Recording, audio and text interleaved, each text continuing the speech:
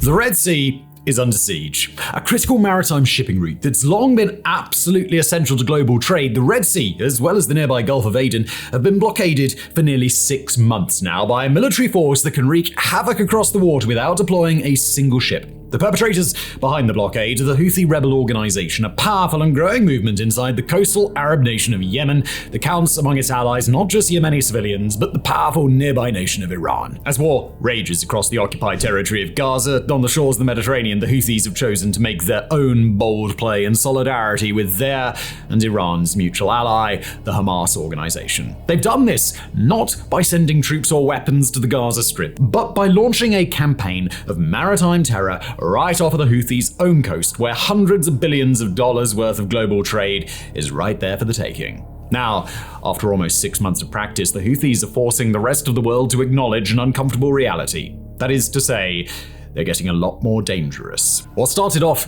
as a shocking but ultimately just annoying stream of harassment hemmed in by naval warships and doing most of its damage through insurance prices has now evolved into a campaign that can claim foreign lives and send ships to the bottom of the ocean. In this new and far more frightening version of the Red Sea, global sailors, industries, and nations alike are being forced to ask the same difficult question: can the Houthi rebels still be reined in, or are they just getting started?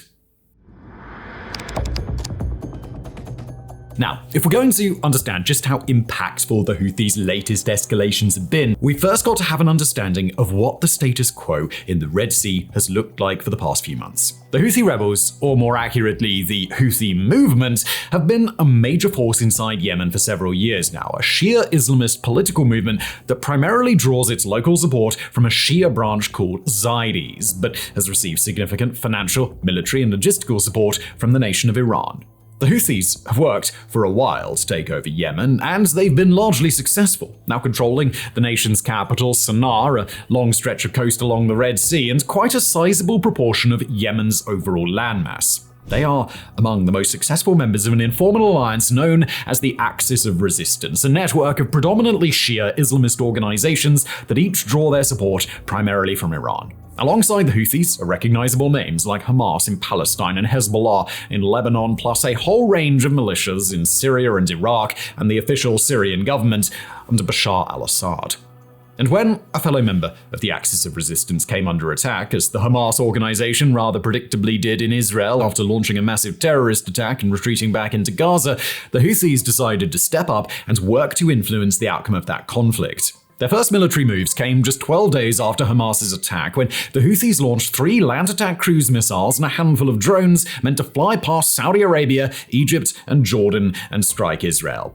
That first barrage was shot down by a US naval destroyer, the USS Carney, which, by the way, has since racked up a hell of a score shooting down Houthi missiles and drones. For the next little while, the Houthis would fire occasional attacks towards Israel, shoot down an American MQ-9 Reaper drone, and according to Israel, launch one particular missile that was intercepted while above the Earth's atmosphere, thus notching humanity's first instance of space warfare. But although they caused a bit of a stir, the Houthis weren't really able to move the needle in the Gaza conflict, and none of their attacks were successful. But then, the Houthis decided to switch targets. Seeing that Israeli air defense and Western ships could see their projectiles coming and deal with them, the Houthis decided to pivot toward a target much closer to home. Over the next few months, the Houthis would launch barrage after barrage of attacks toward maritime targets on the Red Sea, container ships, bulk carriers, and even military vessels. Some of the Houthi missiles and drones would hit their targets, causing international outcry and a panic among shipping companies. And although the Houthis initially claimed they'd only target Israeli vessels, it became clear very quickly that their real list of targets was much longer.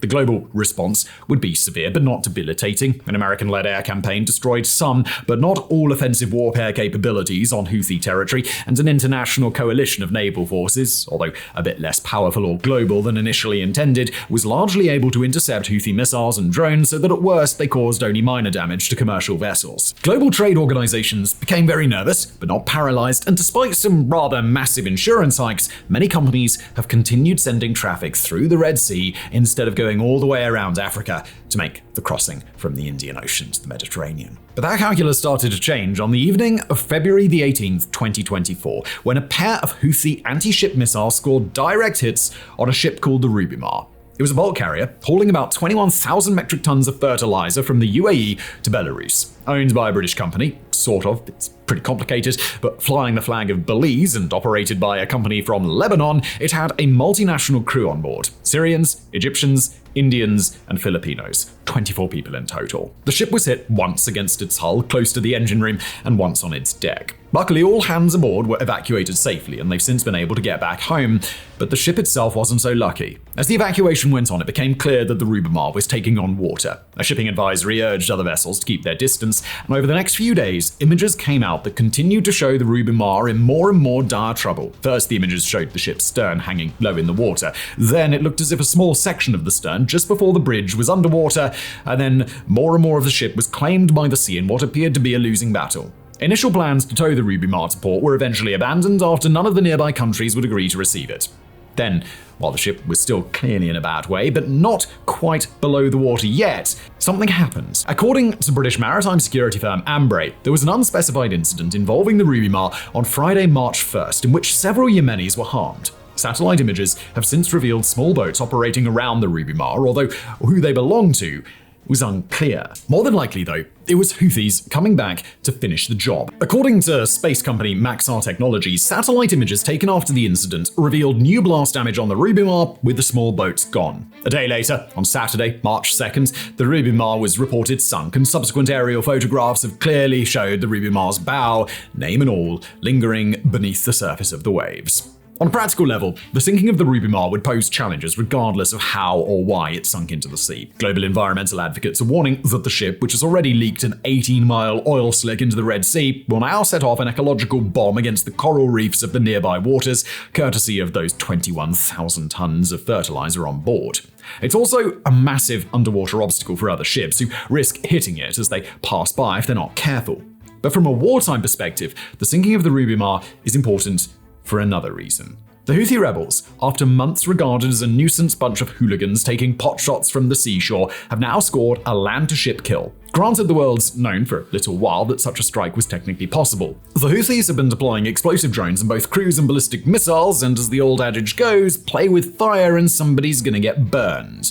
But the fact remains that this major threshold was not one that the Houthis were necessarily expected to cross, and after a few dozen American airstrikes and a couple of supply ship interceptions that found Iranian-supplied weaponry, the Red Sea has been settling into an uncomfortable but tolerable rhythm.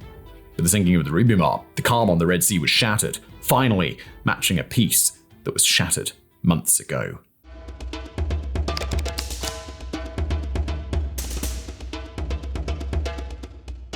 In the wake of the strike on the Rubymar, and especially after it sunk, the ball was in the Houthis' court. Would the organization proudly claim responsibility and take the sunken ship as their cue to declare victory and withdraw to rebuild their missile stockpiles? Would they freeze up, realizing all of a sudden that has now gotten real, and try to minimize responsibility for an act that crossed from harassment into devastation? Or would they be forced to duck and cover, weathering a wave of international airstrikes that made the prior rounds look tame by comparison? The answer, as it turns out, was actually none of those. Rather than cower or resort to bluster, the Houthis decided to celebrate their victory with another hit of the launch button, and then another, and another. They'd already claimed the sinking of the Rubymar falsely on the day that it was struck, and around that same time, they'd taken credit for attacks on two other ships, both owned by the United States. One of those ships, the Navis Fortuna, was struck directly by a one-way attack drone, although it was still able to continue on its journey. The other, the Sea Champion, was targeted by two missiles, and though these missiles didn't impact the ship directly, they exploded within a few meters of the ship and were able to cause damage. Another ship, the Danish tanker Thorn Thor, reported a near miss from a Houthi missile, despite the fact that the ship had a military escort. Numerous other drones and missiles have been intercepted by US and European warships in the following several days, although a German warship also erroneously targeted a US drone at one point before realizing its mistake.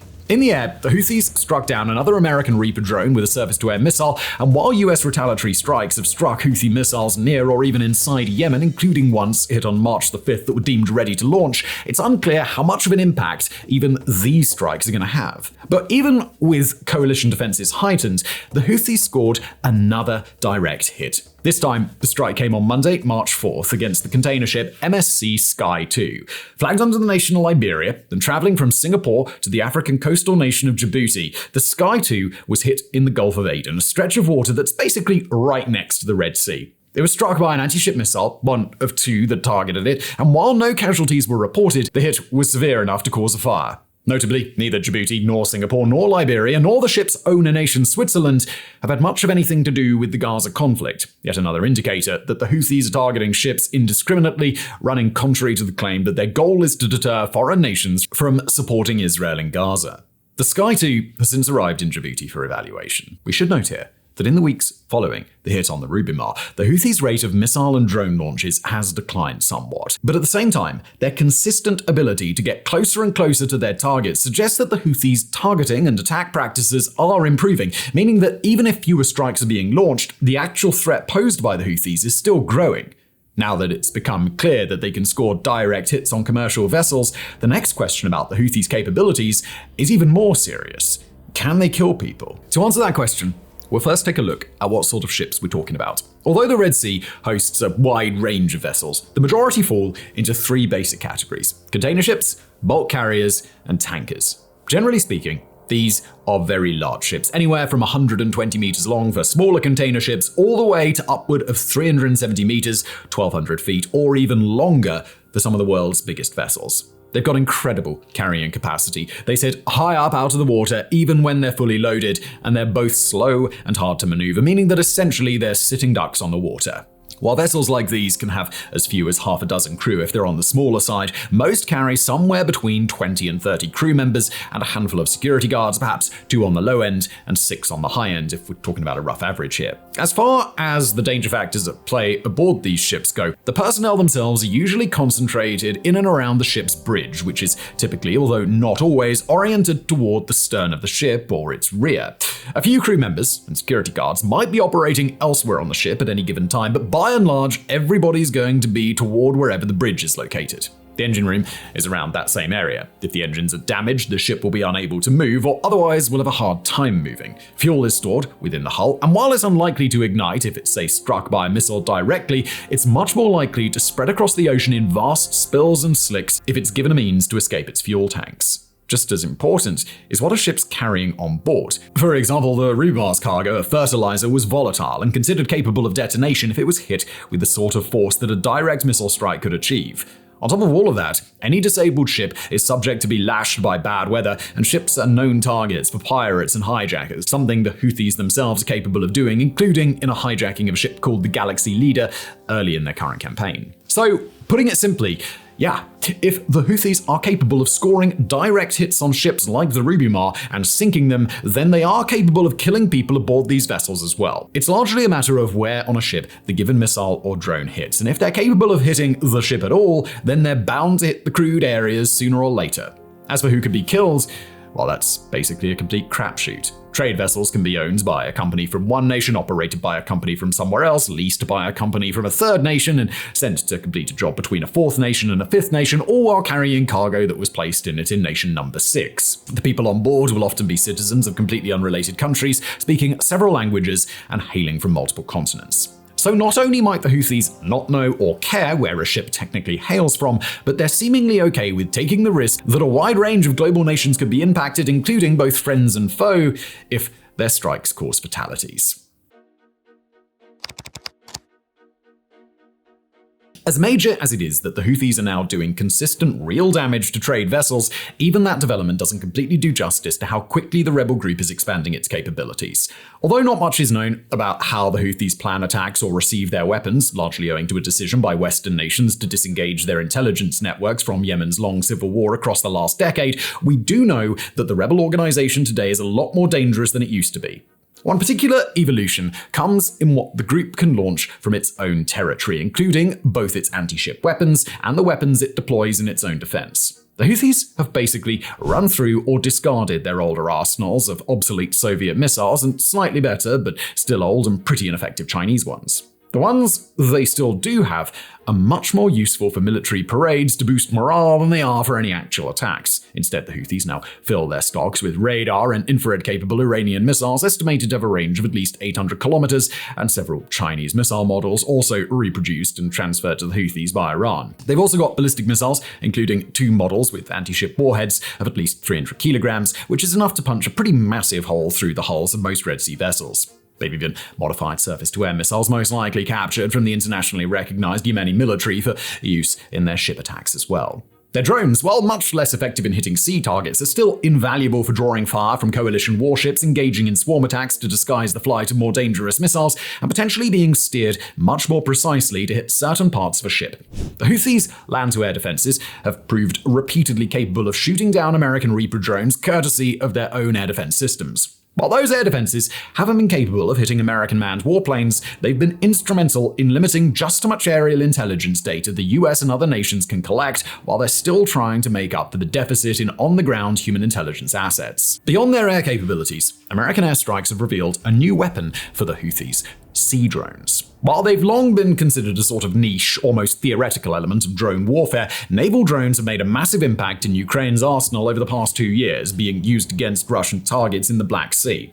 According to the American press, after an airstrike in February, the Houthis are believed to now have naval drone capabilities to both unmanned surface vessels, USVs, and unmanned underwater vessels, or UUVs. Although the US was able to destroy a couple of them, the much more important takeaway from those airstrikes was that the Houthis did have sea drones in their arsenal, something that if they've got one, almost certainly indicates that they've got plenty more. Both USVs and UUVs would represent a major evolution for the Houthis and would make their arsenal a hell of a lot more dangerous to Red Sea shipping than they already are. Surface drones typically sit very low in the water and can attack individually or in swarms. They're very hard to see or even hit in the best of conditions. When attacking at night, painted black on top, they can be almost invisible to see for even military ships with spotlights and personnel searching for them, let alone commercial vessels. And as much as international military vessels in the Red Sea waters might want to help, these surface drones are hardly visible on radar. Undersea drones are even harder to detect, and because neither USVs nor UUVs have to be aerodynamic or obey other demands that would make them flyable missiles,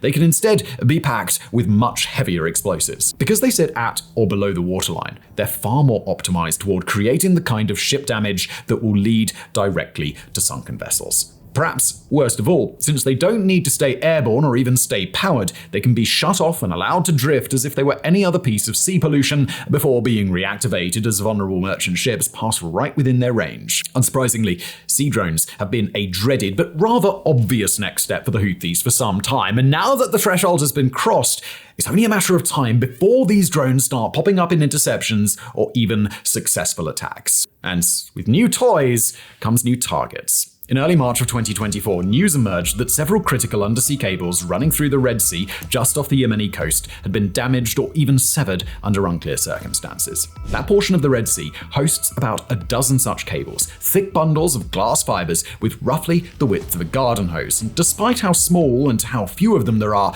they happen to handle over 90% of all telecommunications data between Europe and Asia. One company, Seacorn, which provides communications to African nations, noticed that its line running from Kenya to Egypt through the Red Sea had stopped working, while a Hong Kong-based company, HGC Global Communications, found that two of its own cables, responsible for 25% of global data traffic in the area, had also been knocked out.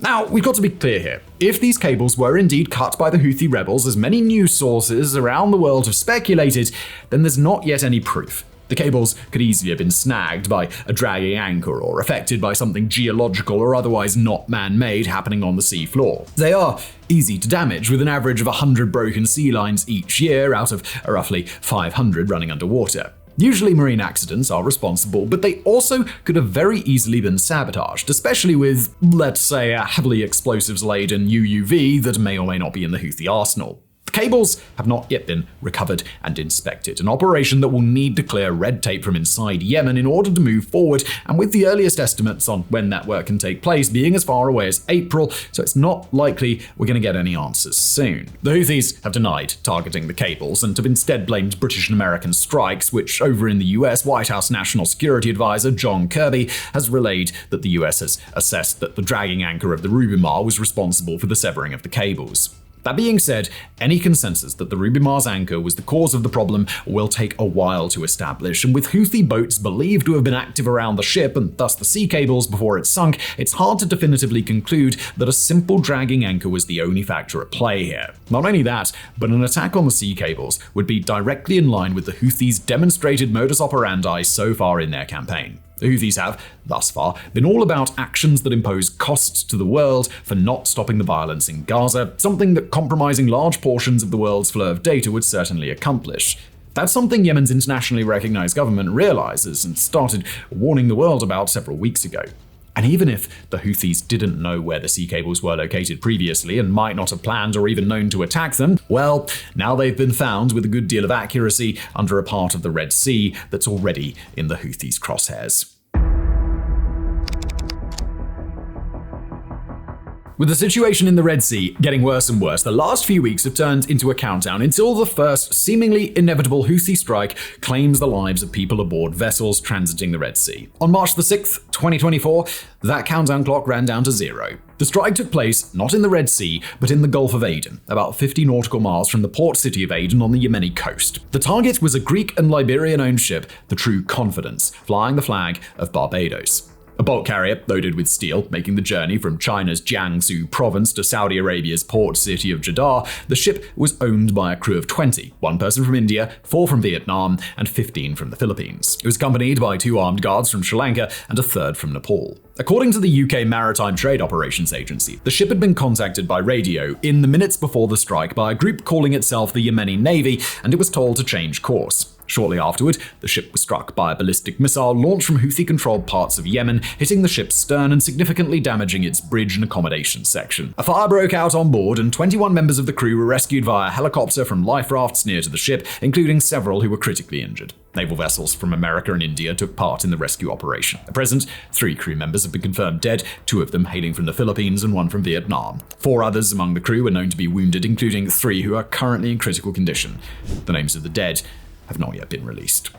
The attack drew quick condemnation from most of the world, including calls from the UN for the Houthis to end their campaign against international shipping. The Houthis, unsurprisingly, have refused. Said Houthi military spokesman and Brigadier General Yahya Saree in a pre-recorded message, "The Yemeni armed forces persist in upholding their religious, moral, and humanitarian duties in supporting the oppressed Palestinian people, and their operations in the Red and Arab Seas will not stop until the aggression stops and the siege on the Palestinian people in the Gaza Strip is lifted." Pretty standard fare at this point from Saree and the Houthis, but still a clear indicator that if the Houthis have their way, then the worst in and around the Red Sea is still to come. As of now, the True Confidence is believed to be adrift and burning in open water on a trajectory away from land, with the future of any potential salvage or recovery operation still unclear. The injured crew, who survived the attack, have been transferred to Djibouti for urgent medical treatment. The US carried out airstrikes against missiles being readied for launch in Yemen in the hours following the incident, but as of now, there has been no effort to engage in specific reprisal for the deaths of the 3 sailors, and there isn't likely to be. At this juncture, any doubt that the Houthis can score major hits and kill international sailors on the Red Sea has been erased and replaced by a grim awareness that this is the threat ships face when moving through the area. The price of insuring a ship for travel through the Red Sea already got more expensive after the Rubymar was sunk, and those rates are likely to go up more and more, driving even more traffic out of the Red Sea. Not only that, but shipping companies must now consider whether it's worth risking the lives of the sailors on board their ships in order to shave a couple of weeks off transit times. While some companies will no doubt make that decision based simply on the costs incurred by crew deaths, others will prefer to change their own shipping routes rather than put their people in real danger. All the while, no global nation seems to have any desire to put boots on the ground in Yemen and embroil itself in yet another long, costly war, least of all against the Houthis, who have the manpower, the arms, and the expertise to be very dangerous adversaries in a direct conflict on Yemeni soil. Nor does any world nation wish to directly inherit Yemen's ongoing humanitarian crisis, where millions of people are displaced and on the brink of famine. Engage in a military operation in Yemen, so even more carnage across the country, and millions of starving mouths will need to be fed. At present, a direct intervention seems as unlikely as it's ever been, leaving nations like the US and the UK to conduct occasional airstrikes at any missiles or drones the Houthis happen to leave out within range of satellite imagery. With the deaths of these sailors, with the sinking of one ship, and quite possibly the loss of another, the Houthi campaign is working. While the nations of the world have their rationale for not intervening more directly, the fact that the Houthis can continue their strikes with impunity is itself a sign of just how effective they've been at achieving exactly the mission they set out to complete. Global shipping is deterred from the Red Sea, and although we don't yet know just how much more empty the Red Sea is going to get after this latest crisis, we do know it'll get a whole lot quieter than it's been. The world is feeling the cost of the Houthi campaign. And while those costs are currently being felt by shipping companies and organizations who need to ship goods across global waters, they'll soon be offset, at least in part, by people everywhere. That'll be true not just for people who live under governments that have supported Israel, but under governments who've condemned Israel too. And above all else, there's the solemn understanding that for ships that do choose to cross the Red Sea, and for crews who do choose to serve aboard, there's now a very real possibility that they're going to die on the way, killed as a second or third order repercussion of a conflict that never had anything to do with them. Then there's the Houthis' impact on the war itself. What the Houthis have already achieved, nefarious though it may be, is nonetheless a historic evolution in terms of what militant groups can accomplish. Never before has a land-based non-state actor been able to impose a naval blockade, even a partial one, without the use of naval vessels beyond perhaps a couple of dinghies with militants riding on them. The fact that the Houthis have not only smashed through that barrier, but done it in a way that's threatened shipping, commerce, and people's lives all across the globe marks a transition to a kind of warfare that's popping up more and more often. In Ukraine, in Sudan, in Myanmar, in Iraq and Syria, and in other flashpoints around the world, smaller military or non-state forces have been able to use expendable single-strike technology, cheaply manufactured in high numbers, to impose major costs and losses on an adversary that would traditionally have been regarded as much more formidable. In a broad sense, the Houthis are changing the nature of modern warfare. As the Houthi campaign progresses, we certainly hope that the worst is already behind us, that these 3 civilian deaths in the Red Sea and the deaths of many innocents caught in the crossfire between the Houthis and the coalition air power will be the only ones, and that this great ticking time bomb can be defused. But we've also got to be very clear here that at present, it seems as if the writing is on the wall, and what that writing spells out is not encouraging.